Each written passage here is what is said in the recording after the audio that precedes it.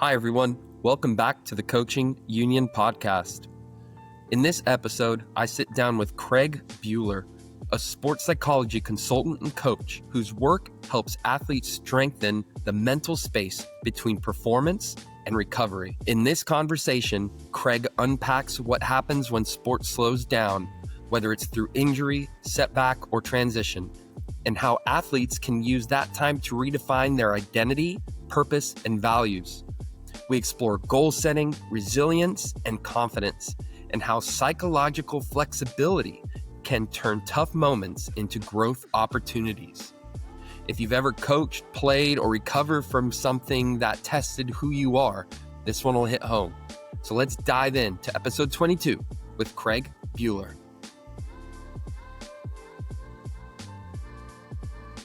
Craig, welcome to the Coaching Union Podcast.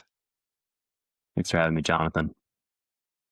Go ahead and introduce yourself to our listeners. Yeah, so recent master's graduate from the University of Illinois, Chicago. I just graduated this May. Prior to that, I'm originally from Detroit, Michigan. Grew up playing pretty much every sport you could think of, but narrowed it down to golf, basketball, and tennis in high school. Never really had a plan of taking it to the collegiate level, but just really wanted to enjoy my sports in high school and not particularly specialize. But playing an individual sport like golf and like tennis really sparked my interest in the mental side of the game. And in tennis specifically, working with one of my coaches, he introduced me to kind of sports psychology and how the idea of the mind can separate a good player from a great player. So that's what got me into it. Went to University of Michigan, studied psychology, knew I wanted to be involved in sport some capacity, but ultimately I wanted to be in a position to help others. So I was looking at medicine, pre-med in particular, looking at orthopedic surgery. Realized the med school route wasn't for me. A lot of commitment in time, and chemistry just wasn't my subject, nor was physics. But realized, taking psychology was of interest, just learning more about how humans behave and why they behaved. And that just led me to look into more sports psychology and realize that being a sports psychologist is a profession. And really just being in a position to help others, to help themselves was what aligned with my values of just really driving that impact beyond sport and helping performers unlock those skills and I guess those processes that allowed them to be their best selves. So through that, graduated from Michigan, went to University of Illinois, Chicago, spent 2 years there working with the university's women's soccer, women's tennis teams, as well as the Chicago Hounds, which is a major league rugby club. So I was able to get a nice diverse range of experience. And really during my time in Chicago, it validated the fact that I wanted to pursue this even further and be in an applied setting.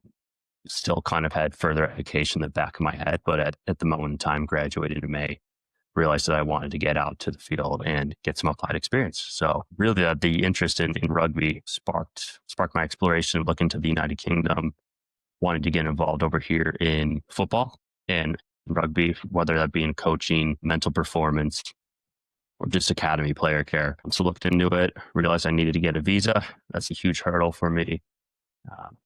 Just looking all around, realized that sports aren't going to particularly sponsor you. So looked into it a bit more, realized that through the University of Michigan, there's something called a high potential individual visa. And we're on a list of 30 schools that the UK has an agreement with, where if you graduated from the last 5 years, you can come to the UK for up to 2 years without employer sponsorship. So everything was just kind of aligned and figured, why not try something different? Push my own boundaries. If I'm a proponent for doing hard things and building resilience, I kind of had to walk the walk a little bit. So made the jump over here last month. Got a job interview in Manchester as a part-time teaching associate at University Academy 92, which is a sports business school. And I've been teaching sports psychology here.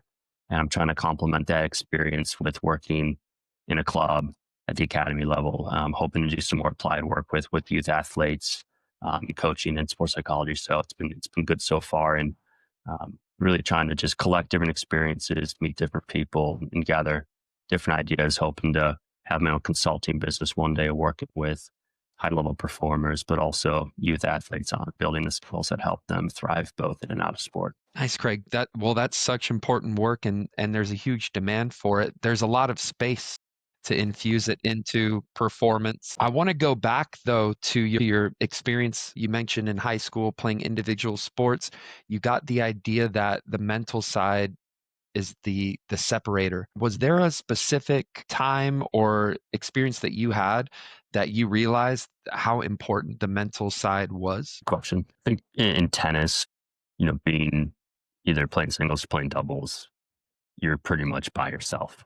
So again, team sport, you can rely on others. You can rely on your coach calling plays. So like tennis, sport like golf, you're pretty much by yourself. You might have a doubles partner, but in particular, just really understanding that days where you might have not felt your best, you can still choose a mindset, I think, that allowed you to still maximize performance. And it's something I wish I learned earlier of choosing perhaps optimism, learning how to be more present, not really worried about past mistakes or thinking about double faulting, but just staying locked in the moment, in the present.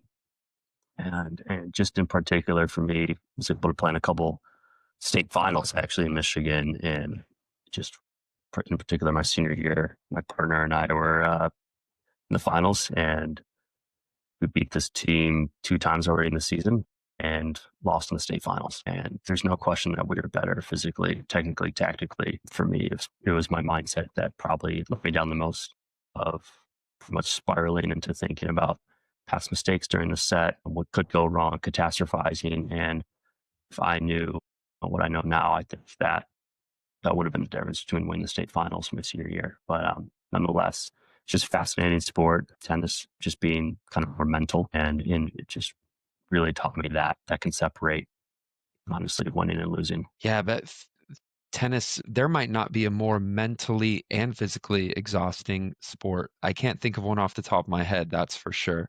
Knowing what you know now about like psychological skills training, if you could go back in time and give yourself a skill to get through that moment, what would it be? Yeah, I think just for me, mindfulness. So pretty much the ability to just pay attention on purpose and notice what's going on. In particular, just taking a mindful breath. I could just really recollect the fact that I was ripping in on past mistakes. So being able to take an intentional breath, take that pause, kind of take that reset would have, I believe, helped me but much better. And just being able to notice the fact that I was thinking about past mistakes, acknowledging that, and then reconnecting with my body would have allowed me probably to focus back in and to just worry about the point at hand, not about what happened in the past. Just developing that reset button to kind of, Essentially, yeah. what Yep. does that mindful breath look like to you? What would that, if we were to break down? I just had a call actually with one of my clients and we were talking about breathing. What does it look like? Yeah, for me, I mean, what works for me isn't going to work for anyone else or someone else in particular. But for me, it would have been 4-second inhale, 8-second exhale. And the nice thing about tennis is you do have some time to actually do that. So if I am serving, I do have, those 10, 12 seconds to take shorter inhale, longer exhale. Um, so I would have done that and then engaged with my surroundings, whether it's feeling my tennis strings, squeaking my tennis shoes in the court, looking at my partner, things like that. So having that 4-8 breath and then kind of just noticing what's going on in the present moment. Gotcha. Getting you back into the moment. That's so important. And not every sport has those pauses like baked into the game, but baseball is one, and the breath work between pitches is a crucial part. But not many are intentional with, like you mentioned, the 4-8 breathing. So you didn't start getting into the like applied sports psychology until your master's program at Illinois Chicago, correct? And what was your workout? What was your focus on over there? So the degrees in performance sport and exercise psychology, and the program is really interesting because it's not only sport, we had the opportunity to work with our Army ROTC cadets as well as dancers. So thinking about performance beyond sport and what that might look like. So that was really interesting for me. I was able to, again, just collect a wide range of experience, figure out what I do like, also more importantly, what I don't like. So it's cool to get a lot of applied experience while at the same time um, getting a nice education. And then another aspect of the program was working with injured athletes. So we have a program called the Resilient Athlete Program. And that was also another unique spin on it, because coming into sports psychology, I never really thought about, the psychological perspective of recovering from injury. I've been lucky enough not to have a long-term injury, so I never really thought of that. But the program at UIC really opened my eyes to sports psychology can look like in different contexts. And you just wrote an article, put it up on LinkedIn on supporting injured athletes, and I want to get into that and break that down with you, because there's a lot of good stuff in there. But I'm interested about the ROTC and dancers and the sports angle that you took with them. And I'm eager to pick your brain a little bit about maybe some like similarities and differences you might have seen working with those populations as opposed to like sports specific, or athletes, I guess. What was different about working with ROTC or dancers? Yeah, I think for the RV ROTC, a lot of it is more kind of team based.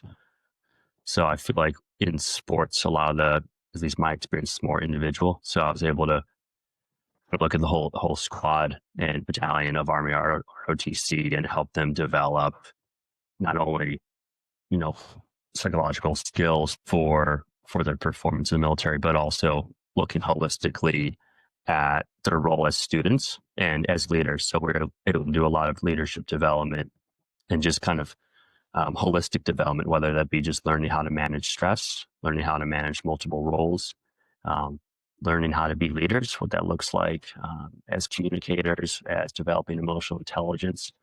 So I'd say it was a bit more broader, or a bit more broad rather. And it's sport. I feel like we were working with athletes who wanted to improve upon maybe focus, relaxation, goal setting. So I'd say sports, in my experience there, was a bit more specific, whereas Army ROTC was more broad and looking holistically at their various roles within the school. And what about the dancers? Because I've used the analogy with my players, just throwing stuff at the wall and seeing what sticks. I've used the analogy that it's almost like a dance or a performance, like a Broadway show or something that we're doing as far as baseball goes. You prepare, you put yourself in the best position to go out there and rehearse your lines and do it subconsciously and become that role and go execute your job with specific cadences and things like that. So how does dance sports psychology work? Yeah, so I was able to do a week-long workshop, a couple of different classmates last year, and this is more so youth dancers, so looking at 10 to 13-year-olds, and we were mostly doing stuff on mental health in general, so looking at just building routines, looking at kind of a process like you mentioned, and really understanding this idea of marginal gains. How can we get kind of 1% better each day? So really relying on the preparation, how that enhances confidence, how that enhances the probability of success, and just thinking about, routines outside of dance, how you are, as a daughter, as a son, as a teammate, as a student. So that was just kind of interesting looking at dance and how it correlates to sport, because there are definitely some similarities in terms of preparation and how that leads to execution, but ultimately understanding, okay, what's your process for how you prepare and how we raise your level of awareness so that you can be your best, and looking at a routine that's best for you. Because again, what's best for you might not be best for your partner or your teammate. So really trying to open up self-awareness, really trying to kind of optimize processes. And then from there, just look holistically again. You're not only a performer, you're also a human. You're also a student, daughter, son, friend. So thinking about healthy routines in that manner as well. Yeah, I could see how that part of it's important. It seems like the performance is a routine, which makes the routine before the performance so much more important. And if you're not careful as a dancer or as a performing artist, you can become the routine. You can become that. It can take over your life, I guess, and your identity. It seems that might be easy. I don't know. Am I off there, or is that? A whole lot of it, especially in dance, because depending on the performance, it's not, at least typically, a 3.5 hour baseball game. These routines could be, one song, so 3 to 5 minutes. So really having to dial that down and to have the routine and preparation there for those 3 to 5 minutes, 5 to 10 minutes. So just again, you're almost trying to chase perfection, which is almost impossible to do. But I think in dance with such limited time, you almost have to nail those routines down, and that's going to come through practice and preparation. Whereas, the baseball game, there's room to make mistakes, there's room to have errors. I feel like dancers have to be pretty much spot on, and with that, they have to rely on their routines and also rely on their partners. Yeah, that's interesting. Yeah, there's a lot more room. So it's almost like when you get into the sports part of it, you're weaving in what to do after failure, and then on the dance side of it or performance arts, it's almost you're teaching them about handling perfectionism. Certainly a great experience, it sounds like, for your master's. And you also worked with the Chicago Hounds Rugby Union as well while you were there. Yeah, rugby union. So what was that like? So that's brand new to me. State of Michigan, at least where I'm from. I think West Side of the state might have it, but rugby is really not non-existent in high school at least. So completely new sport to me, completely new culture. So that was really awesome to look at it with first time eyes. Uh, really awesome sport. Kind of think of it as a blend of American football and soccer, but just the teammates, players, coach, and staff were just all incredible. And beyond that, the head of mental performance there, Brendan Meaney, was just a fantastic mentor and a really fantastic leader in the field of performance psychology. So he was a super helpful resource for me. He again kind of nudged me to pursue this path in the UK. And overall, it's a cool experience. Again, there's a lot of concerns with confidentiality, so I wasn't necessarily able to sit in on one-on-one sessions, but I was able to be around the team. I was able to be around the culture, and then was also able to present some workshops and also co-design content and different materials for the players and coaching staff to implement these psychological principles. So all in all, it was a great experience, and honestly kind of nudged me of wanting to come here to the UK. So it was a really good experience overall. Nice. Well, yeah, rugby, salt of the earth people, by the way. I teach a lot of rugby players every day, and I actually just had a bit of a debate with one of my students. We were talking about the demands of baseball, and they couldn't believe that like 2.5 out of 10 success rate was the best in the world. Like they couldn't wrap their minds around like the 3 out of 10, 7 out of 10 you're failing. They couldn't do it.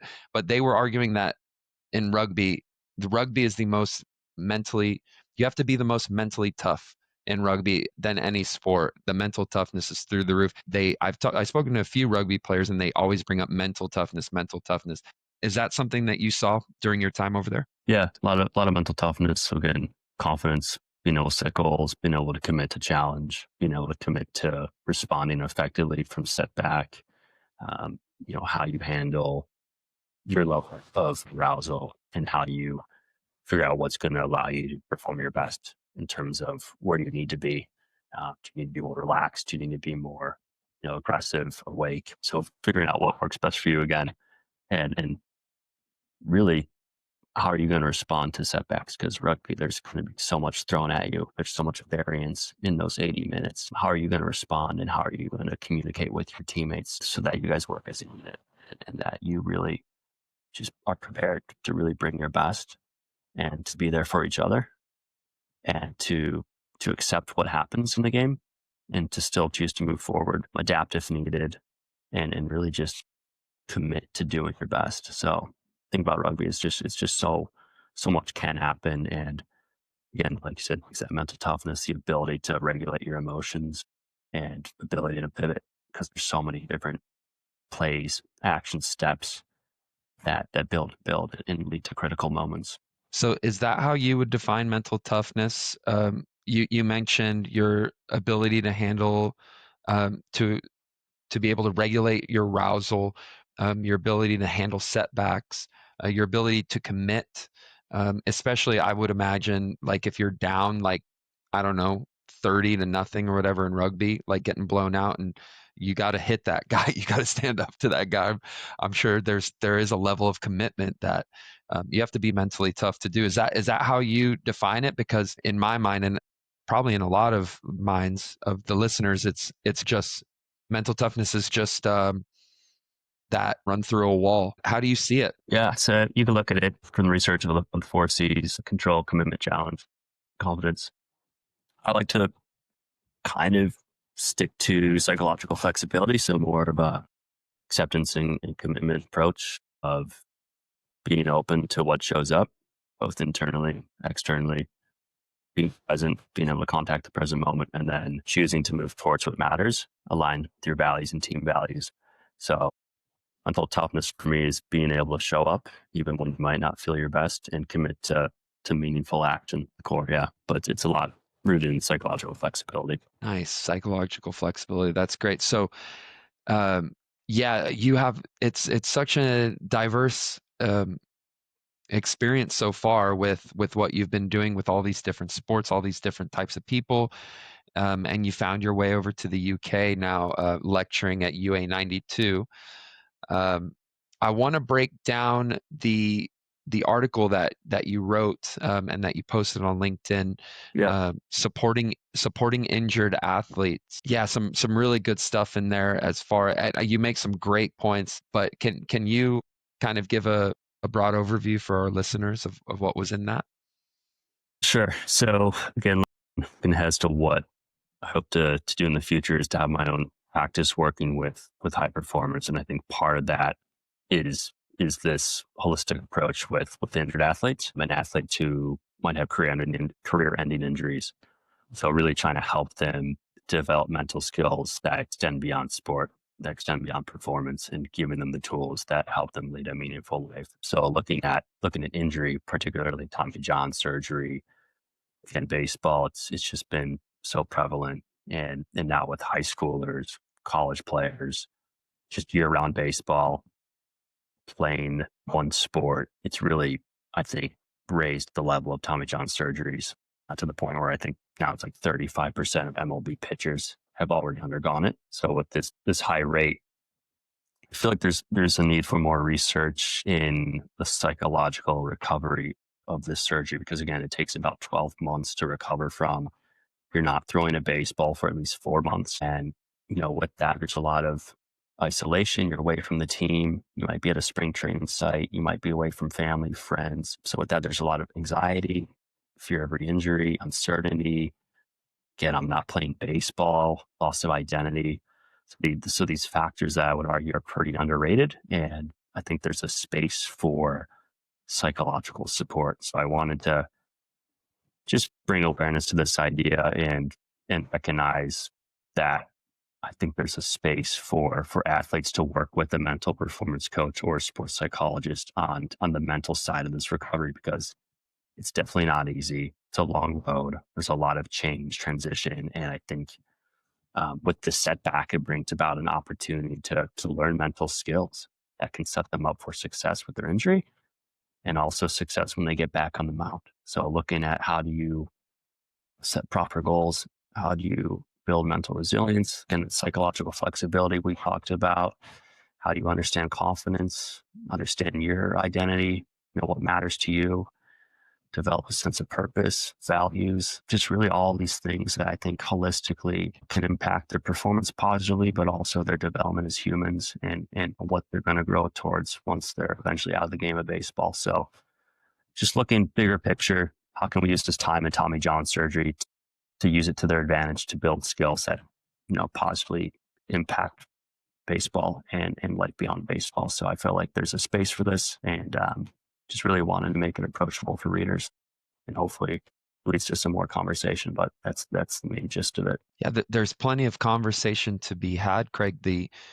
An, um, a stat that was on there: 68% were like general population, so they were non-pros between the ages of 13 to 18. I'm just going off. Yeah, Is so that it was something like that? Sorry if I butchered the stat, but no, it's good. It was a review from 2003 to 2014 of all UCL reconstructions, so Tommy John surgeries basically, and it's like 60% were age 16 to 20-year-olds, so high school, college. And this is from 2014. So again, over a decade ago, I would only imagine the numbers increased just as more 12-year-olds, 13-year-olds are playing baseball year round. So again, it's kind of an alarming stat. And not to say that I'm not a proponent for someone specializing in the sport, but with that, again, there's this increased risk of injury. And with more injuries, there's, again, that shutdown period. So what do you do in those 4 months before you can't even toss a baseball, or those 12 months?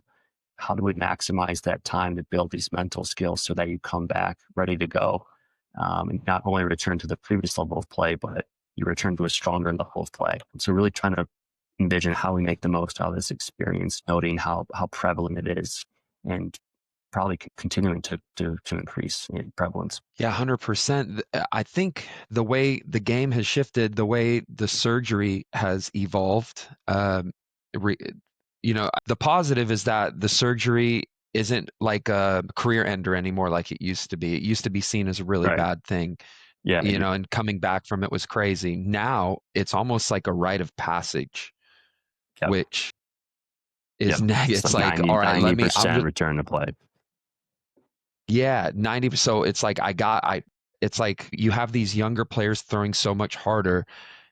It's almost like they got it out of the way. So I got my TJ and now I'm ready to go. Now I'm good. But that age, 16 to 20 years old, high school and college, the identity piece, when you're talking about the identity and the help that sports psych can do with identity, that age for the identity, like the MLB pitchers who undergo Tommy John, like their identity is probably already set. Like they made it. They Mm-hmm. got there.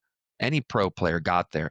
But you're talking about high school and college who are still chasing that dream and on that path, and they go through this and they have a much more the social demands in high school and college through the roof. So can you break down like the identity piece? How important is that help with the player's identity throughout that process, especially at that age group?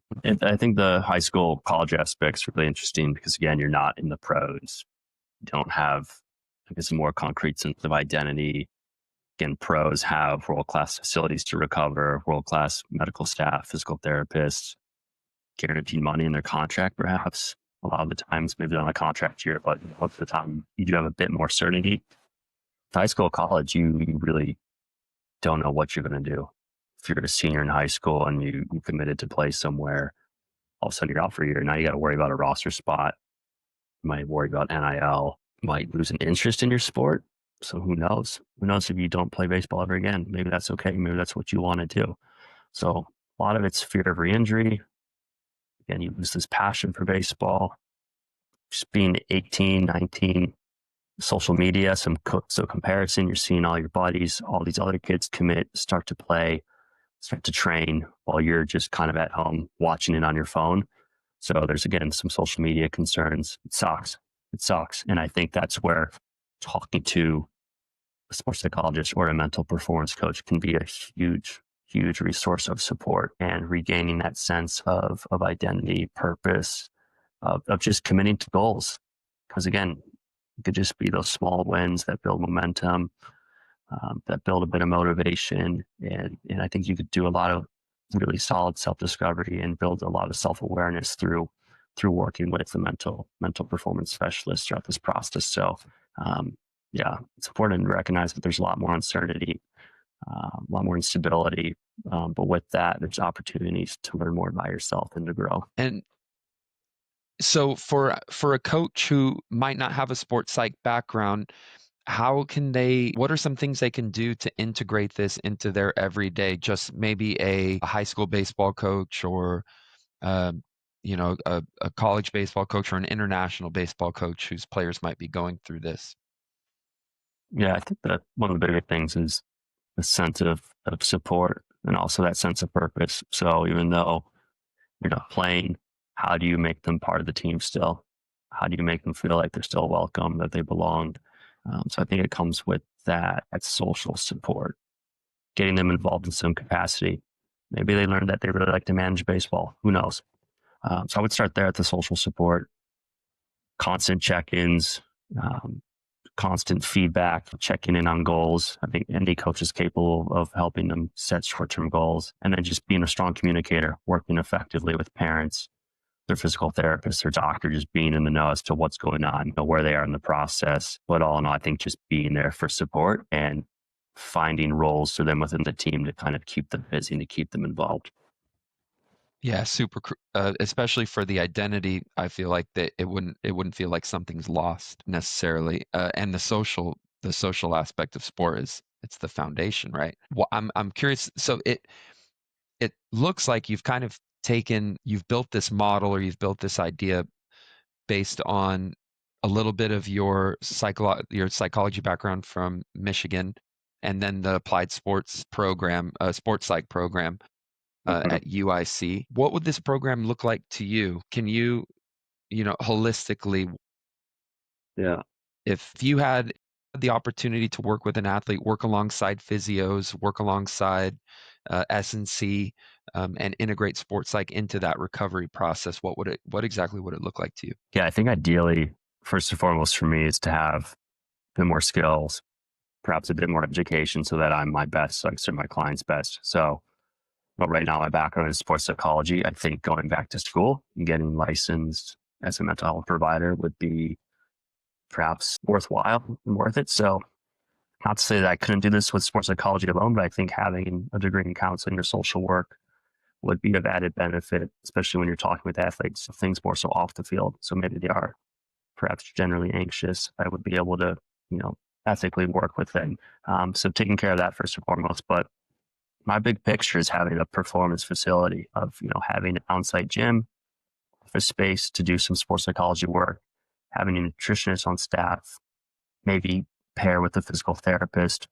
So pretty much having this multidisciplinary team and making mental health approachable. So whether you are an athlete coming in off an injury or just an athlete who wants to talk about, goal setting or perhaps just learning emotional literacy skills, I want to make mental health approachable and have it come from a place of strengths versus deficits. So again, the end goal is to have this facility working with other professionals and making this place an approachable place where people want to come to and proactively build these skills, whether they are going to the gym to lift weights, and after that they have a session with a mental health provider or sports psychologist, or they're coming in to do physical therapy and then have a check-in with a mental performance specialist. So making it easy for these athletes, making it easy for anyone to approach mental health and to realize that I don't need to go see someone when something's wrong. I can go see someone and build skills proactively that make me a better person, better performer. So that's my big dream. That's truly holistic, right? Like a one-stop shop where they can take care of the whole self and do it in what I'm guessing would be a really supportive social setting as well, where people are going through the same thing and they can go on that journey with other athletes. Yeah, yeah, that's pretty cool, man. How would that link? So you mentioned emotional literacy in your paper, and how would that link up with emotional literacy? It seems like you're trying to build this environment, or ideally you would build this environment that's more like ecological psychology, where you kind of have them in the environment and you're working with them while they're in the environment. How does emotional literacy develop from this process? Yeah, that's the challenge, is how do you communicate the value of emotional literacy? Because who wants to actually talk about emotions, especially if you're a dude, especially if you're an athlete? It's the last thing I want to talk Yeah. about. It's the last thing young kids want to talk about, but it's critical, and it's fascinating how schools don't approach this, because it's huge. Understanding what emotions are, how you can respond to them, how you work to utilize them. I feel like a lot of the rules our society creates is that some emotions are bad, some emotions shouldn't be felt, and I'm more of a proponent that all emotions have some sort of meaning, whether unpleasant or pleasant, trying to communicate and tell us something. So how do we work with them properly, and how do we make better decisions from that? How do we be better humans and better leaders? So that's the challenge where I'm at, is how do I communicate this value of you should want to learn to approach instead of avoid your emotions. Again, learn how to work with them. And I think for me, that would just come through either like an app or some digital lessons. It would come through kind of workshops. So make it more like a lesson you would learn in school. And then how do we pair that with sport? How do we make that relevant for you? So when you are an athlete or a golfer on the first tee and you might be feeling a bit anxious, how do you recognize that anxiety instead of trying to fight it and get rid of it, how do you just acknowledge and still work on the skills to turn towards what matters? And it's just focusing on that tee shot. So really just raising your level of awareness, understanding what emotions are, and again, just trying to build a proper relationship with it so that you can be an effective performer and human. Does that make Yeah, sense? absolutely. I like how you framed it too, working with, not against these emotions, which, man, that's so I grew up in the early 90s when I was in, kindergarten, elementary school, and you weren't allowed to show those emotions. You weren't allowed to be angry. You weren't Yep. really allowed to be, you shouldn't have, that was just kind of the environment that I grew up in. And I've taken that, and I find myself with those, expressing those values subconsciously, but I just do it with my kids when they express their emotions, and working with and not against. And you're saying that these emotions have value, things like anxiety, things like anger, frustration. Oh, yeah. You're saying that there is value in there. Yep. Yep. Absolutely. Again, they're messengers. So trying to communicate something, perhaps motivate, just highlight what might be going on.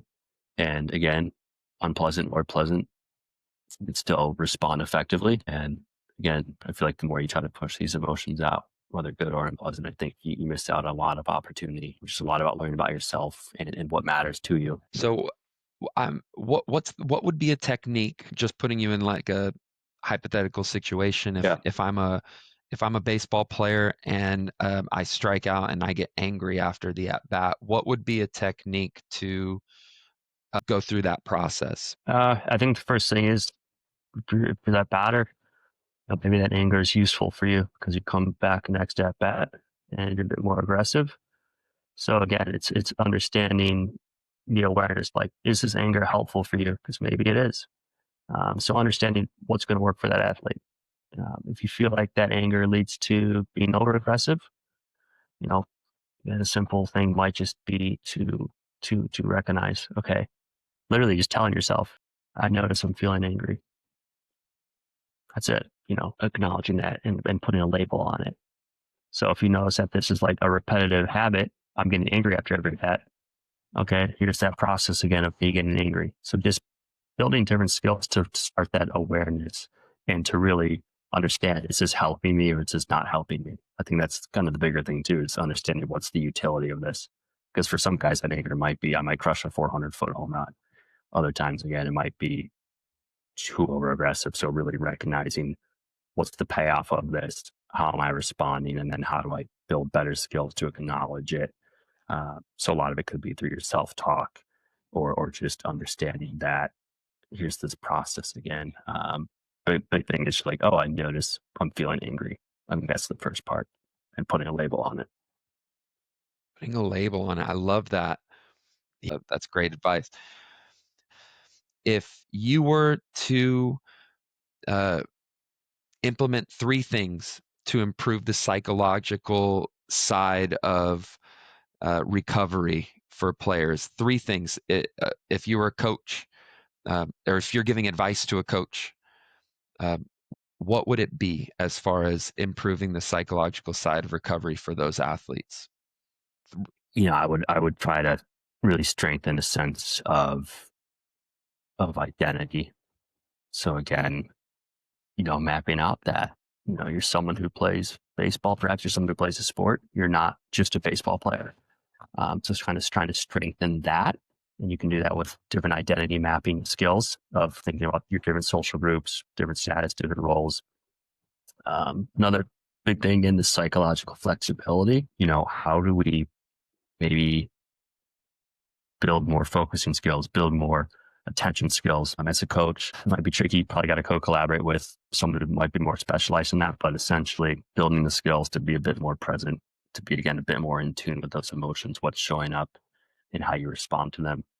And then the third thing, I guess, would be just, this growth mindset, challenge mindset, having the courage to be open to this tough time, having the courage to do hard things, having the courage to do the boring stuff well, and to go from there, to set small short-term goals, build momentum, and ultimately look back at this experience and realize that It made you a more resilient athlete. It made you more courageous, and it gave you the ability to do hard things. It's not easy sitting So on your ass for 4 months. It's often you do the boring things yeah, well. yeah, it's easy to feel sorry for yourself if Yeah. you're sat there just waiting. But coaches being able to take care of the player's identity, being able to implement some kind of like psychological flexibility, working on their focus and things like that, and then implementing a growth mindset where they're immersed in the process and giving them a process to kind of chase down. Love that. Great stuff, man. Thank you. Thank you for your insights. Especially, we haven't had anyone come on here and talk about like injury, especially the psychology of injury. So this has been really good. Craig, we end every coaching union podcast with a lightning round. It's Do it. 3 quick questions. First question, I didn't warn you on this one. Usually I always warn All the good. guest to give I'm them a ready to little bit go. of time. The first one is a book Flexible. that you, nice, it's psychological flexibility. Love that. A book that you would recommend to every coach. Well, I like The Tree That Bends, Ross White. It's a big one on psychological flexibility and ACT in particular in the sporting context, just on performance in general, but basically developing the tools to thrive and flourish. Can I add a second one? Go for it. Game as a Shadow, John Thompson's biography, Georgetown Hoya coach, legend. I just feel like he has so many lessons, and just the way he approached life was pretty cool. So someone I look up to personally as a coach. I think there's a lot of lessons for other coaches to take away as to how he approached his tactics and how he approached his relationship with players. The game, sorry, can you say the title of I that one? I came as a shadow. So it's John Thompson's I came as a biography. shadow. Love that. Yeah, I'm writing that one down. And then The Tree That Bends, is that like a bit about one of the episodes is, I think it's episode 8 with Aaron Takis, professional baseball player. He dropped an absolute banger. He said, "Windy cities make strong trees," how adversity creates, deeper roots, I suppose. And is that kind of the idea behind this a little bit? So the Tree That Bends is a lot about, bend, don't break. So forget, it's based off a Tanzanian proverb, but, a wind doesn't break the tree that bends. So essentially speaking about flexibility, again, being open to whatever comes at you, whether it's internally or externally, and still being able to turn towards what matters in pursuit of these values that are personally meaningful to us. So more of a psychology book, but it's good stuff. Question 2, Craig. So you've been in psychology now for a little while. Are we going on what, like 5 years diving into it ish? Oh yeah, right around there. Oh yeah. Tell me who's been your role model as far as either a sports psychologist or a theorist or just someone that you look up to in the industry that's kind of inspired you and whose work inspires you? I don't know. I don't know if I could put it down to one, but at UIC, at least, John Kuhn Lilly, our program director, just the way he teaches, the way he approaches sports psychology, business. He's been a fantastic mentor. Again, Chicago Hound, Brendan Meaney, fantastic mentor, fantastic leader in this field. In terms of more, I guess, sports psychologist, Ross White, again, the author I just mentioned, he's fantastic. And just trying to get theorists, I guess Steve Hayes, who came up with acceptance and commitment therapy. Don't know him, but he's the person that I credit with a lot of the way I approach sports psychology too. So yeah, I'd say those 4 off the top of my head. Last question, third question. Grew up in Detroit. Who is on your Mount Rushmore of Detroit sports athletes? You can only pick 4. And we're talking, for those at home, Tigers, Pistons, Detroit Lions, and the Red Wings. Am I missing any? That's it, right? We'll go 4 major sports. I'll go Barry Sanders, Gordie Howe, Isaiah Thomas, and Tigers. I'm just going to go recency bias, Miguel Cabrera. Okay. Did you have any heroes growing up? Definitely Miguel Cabrera. Brandon Inge, for some reason, just a random third baseman. And then hockey-wise, I always like Chris Draper. And in terms of NFL, Joe Flacco's my guy, actually, who is still playing. But I love Joe Flacco. Joe Flacco. Yeah, Mr. Yeah. Stoic. I think that's that's a solid list for me. I'd have to think about it a bit longer, but I'll stick with those 4 for now. Those are solid. I mean, Barry Sanders, Isaiah Thomas, you had Gordie Howe, the legend, and then Miggy, can't go wrong. And then you threw in Brandon Inch, just a role player, absolute grinder who was always in the mix. Always seemed to be there, man. So good stuff. Craig, where can, if people are interested, where can they find you? Where can they see some of this work? Best place, LinkedIn. Just look me up, Craig Buhler, and feel free to connect, message me, and love to chat and get your feedback. And check out the article. Love your ideas, love your feedback, and go from there. But LinkedIn's probably the best. Nice one, Craig. Thank you. And again, welcome to the UK. Did I welcome you at the beginning? Thank you. Did I say welcome to the UK? You might have. I don't know if we were recording, but no, I appreciate it. And it's good to be here and start calling soccer football. Absolutely, man. Yeah, you're in a great spot for it. All right, Craig, take care. Thank you so much. Thanks. Thanks, Jonathan.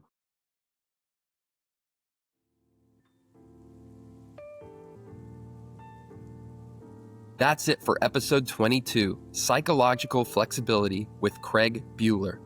This episode reminds us that performance isn't just physical. It's psychological and deeply personal. The best athletes don't just train their bodies. They train their minds to adapt, to reframe, and to keep growing. Remember, setbacks are spaces to strengthen who you are, not to lose it. If this conversation resonated, share it with an athlete or coach who needs to hear it. Thanks for listening. I can't wait for the next episode. And until next time, keep growing. Bye, everyone.